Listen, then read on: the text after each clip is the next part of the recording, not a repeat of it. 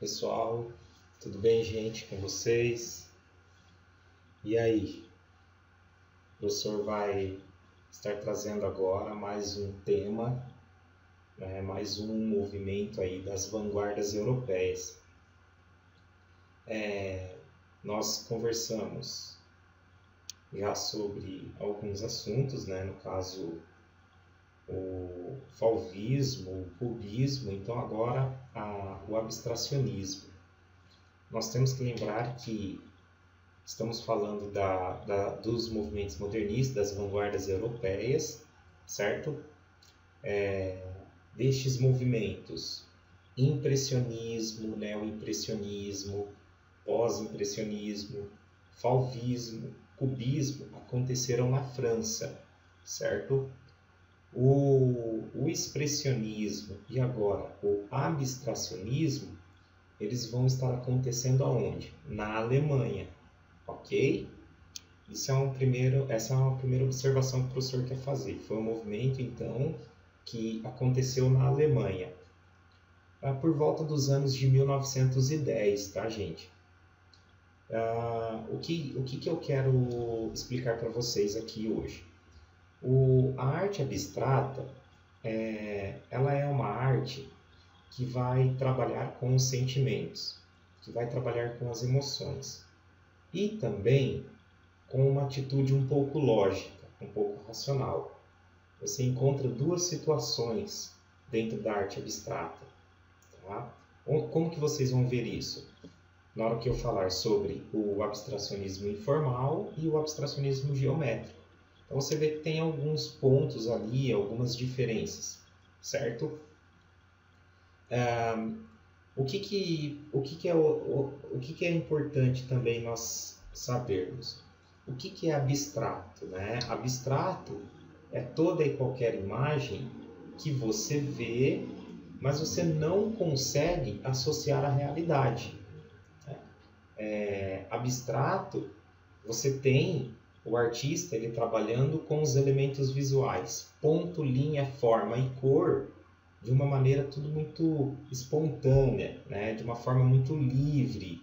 Ele não tem compromisso com a representação da realidade. Porque quando você tem um compromisso com a representação da realidade, você está falando de uma arte figurativa, que não é o caso aqui do abstracionismo. Tá?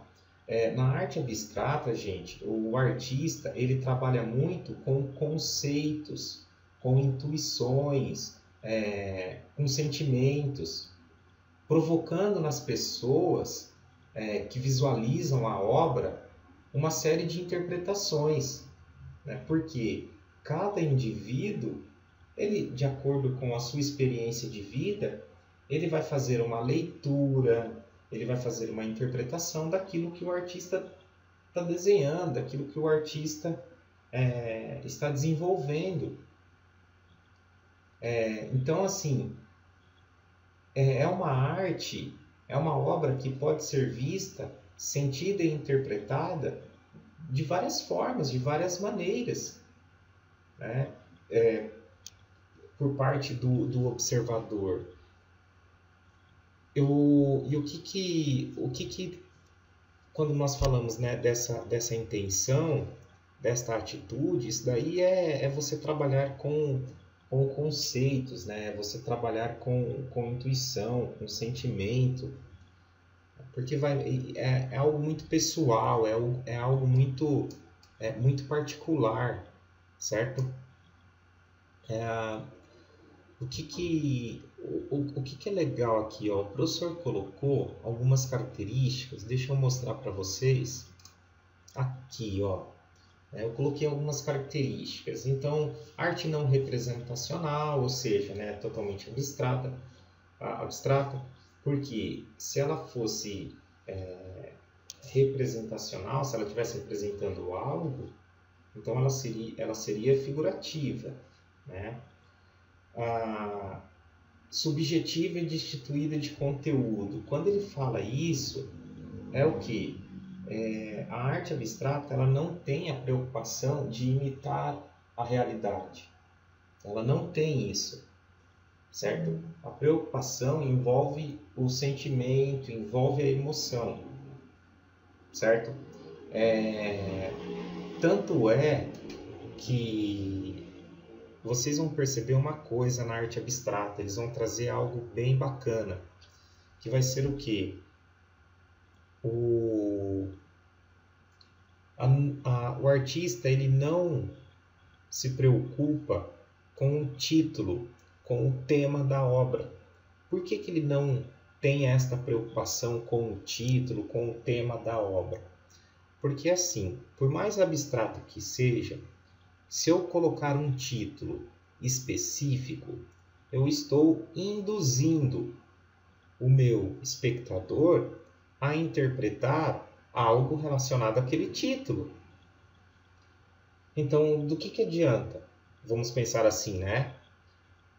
E uma outra coisa, se eu tenho uma arte totalmente abstrata e eu não coloco um título específico, eu estou dando total autonomia, liberdade de interpretação, né? Então quer dizer que na arte abstrata não tem título as obras? Calma lá.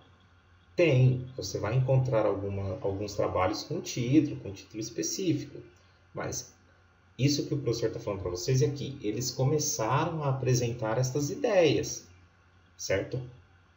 Ele vai se opor aos modelos renascentistas, né? Ou seja, aquela arte figurativa, né? Ele se opõe a isso.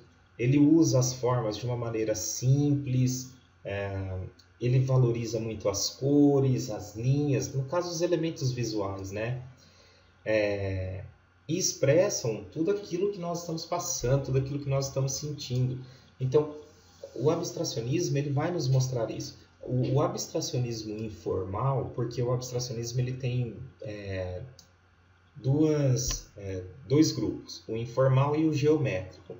Aqui o abstracionismo informal, ele também, gente, pode ser chamado de Der Blaue Reiter, ou Cavaleiro Azul, tá? Traduzindo aí. Por quê? Porque você vai ter uma obra do Kandinsky que vai anunciar estas ideias do abstracionismo, e aí você tem uma influência desse nome, ou do nome desta tela.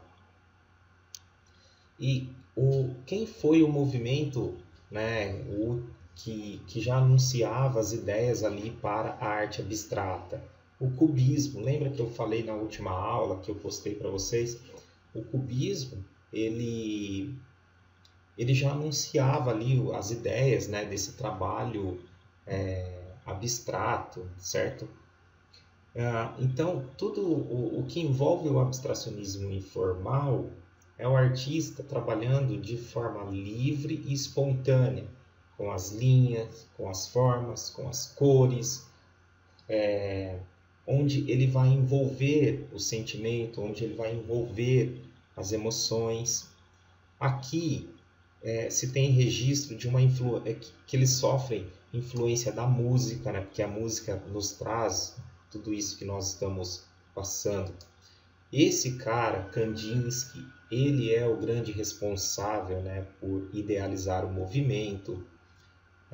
O nome, né, desta primeira fase, no caso do abstracionismo informal, Der Blaue Reiter, também pode ser chamado, vem por conta desse trabalho dele aqui, ó, o Cavaleiro Azul. E aí, uma observação que eu sempre gosto de fazer com vocês é isso daqui, essa tela dele. Essa tela ela tem um título.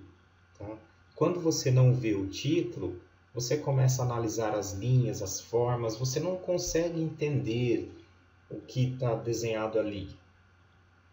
Aí quando você vê a imagem com o título, com a obra específica, aí a sua intuição, o seu inconsciente, ele vai começar a remeter, a buscar coisas ligadas ao título. Alguém imaginava que essa obra tinha semelhança com isso daqui, ó? Batalha. Pô, batalha, conflito. Aí você olha e fala, olha só, né?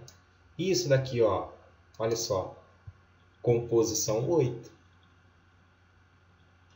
Olha a linha, a forma, a cor, como ele trabalha de maneira totalmente livre, de maneira espontânea. Tá? E aí nós vamos encontrar o abstracionismo geométrico.